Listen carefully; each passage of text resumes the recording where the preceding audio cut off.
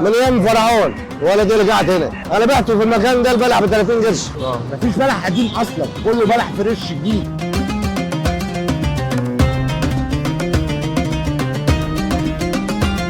احنا بنبيع اسعار بسعر الجمله، اللي عايز كيلو زي اللي عايز طن، بحيث ان الناس تاكل البلح السنه دي. والسنه دي البلح الحمد لله نازل رخيص مش نازل غالي. برموده وسكوتي انواع كلها بمعنى اصح، وشاميات. ده بلح عينات حضرتك. ده عينات حضرتك، وده شاميه حضرتك،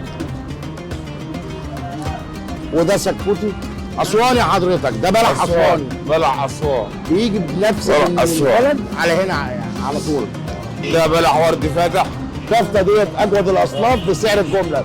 ليه؟ بنحارب الغلا الحمد لله. اي نسبه بنحطها نسبه كده يعني الحمد لله، بحيث ان كله ياكل. ايوه عادي.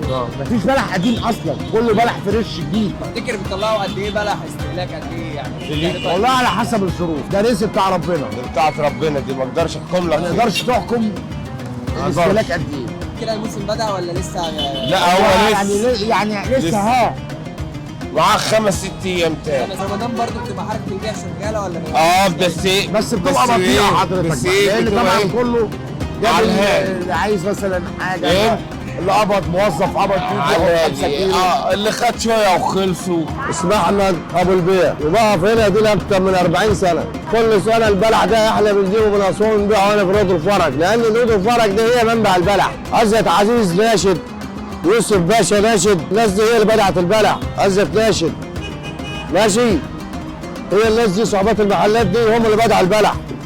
احنا بنشتري منهم، دول المعلمين بتوعنا. الناس دي بتجيب التريلات، احنا بناخد منها وبيدونا ببلاش، نبيع ونديهم فلوس. قاعدين 40 سنه على كده من ايام فرعون ولا دي رجعت هنا. انا بعته في المكان ده البلح ب 30 قرش، حاليا تبدا من 8 جنيه لفوق. برطموده وسكوته وجنديله وشاميه ودجنه وشاميه بيضه وشاميه حمراء وكله. احسن نوع البرطموده والسكوتي، النوع النظيف. البلح النظيف هي اللي بتطلب. البلح النظيف تفتحها تكسرها من اول ما تروح عايز بلح امسك البلح اكسرها. مسوسه ما تاخدهاش، مش مسوسه توكل على الله. بقول اتقى ربنا في الناس الغلابه، الناس تعبانه، الناس تعبانه. اتقى ربنا، اكسب جنيه 2 جنيه 3 جنيه اكسب، بس اتقى ربنا عشان ربنا يستر عليك. انا فاتح زي الاسم، انا هنا زي الاسم مش المكتب.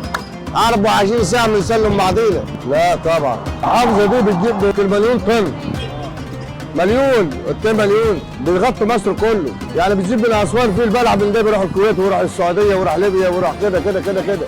يا حاج البلح العالي بيروح. لا ده مش بقى السنه، هو اخره يوم الوقفه وشكرا.